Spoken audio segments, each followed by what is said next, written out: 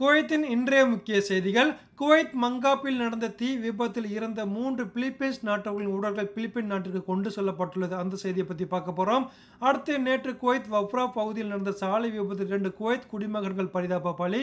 அடுத்து குவைத் முனிசிபாலிட்டியின் அதிரடி நடவடிக்கையால் தெருவுக்கு வந்த ஆயிரக்கணக்கான வெளிநாட்டவர்கள் நீர் மின்சாரம் இல்லாமல் அவதிப்படும் நிலை.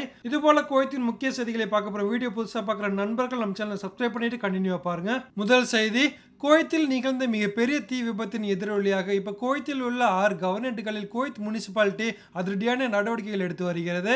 அத்துமீறி பில்டிங்குகளுக்கு சீல் வைப்பதும் கரண்ட் மற்றும் தண்ணீர் சப்ளைகளை துண்டித்து வருவதாக அவ்வள்ளியின் கவர்னர் அலி அல் அஸ்பர் அவர்கள் தெரிவித்துள்ளார்கள். அதுபோல பினேத் அல்கார் ஏரியாவில் சட்ட விதிமுறைகளை பின்பற்றாத 3 பில்டிங்கின் கரண்ட் மற்றும் தண்ணீர் சப்ளையை குவைத் முனிசிபாலிட்டி அதிரடியாக துண்டித்துள்ளது. இதன் காரணமாக பார்த்தீங்கன்னா ஆயிரக்கணக்கான வெளிநாட்டவர்கள் இரவு முழுவதும் தூங்க இடமில்லாமல் நடு ரோட்டில் நிற்கும் அவலநிலை ஏற்பட்டுள்ளதாக அரப் டைம்ஸில் வெளியான தகவல்கள் நமக்கு தெரிவிக்கின்றன. This is Binet Algar. Here is a Continental Hotel next to that. This all belongings with people they have thrown out from their apartment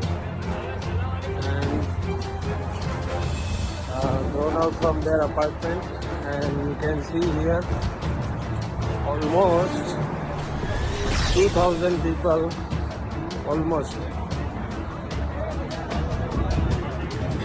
Here some people and many have slept on terrace. They have cut their electricity and they just try to sleep outside. You can see. அடுத்த செய்தி, Kuwait மங்காப் தீ விபத்தில் பரிதாபமாக உயிர்ந்த 3 Philippines நாட்டவர்களின் உடல்கள் Kuwait விமான நிலையத்திலிருந்து மணிலாவுக்கு நேற்று அனுப்பப்பட்டுள்ளது. இந்த இறந்தவர்களான எட்வின் ஜெஃப்ரி ஜீசஸ் அவர்களின் உடல்கள் அடையாளம் காணப்பட்டு இவர்கள் மூவரின் உடல்களும் எமிரேட் ஏர்லைன் மூலம் துபாய் வழியாக மணிலாவுக்கு அனுப்பப்பட்டுள்ளது. அடுத்த செய்தி, குவைத் வஃப்ரா சாலையில் நடந்த சாலை விபத்தில் 2 குவைத் குடிமகன்கள் பரிதாபமாக உயிரிழந்திருக்கிறார்கள்.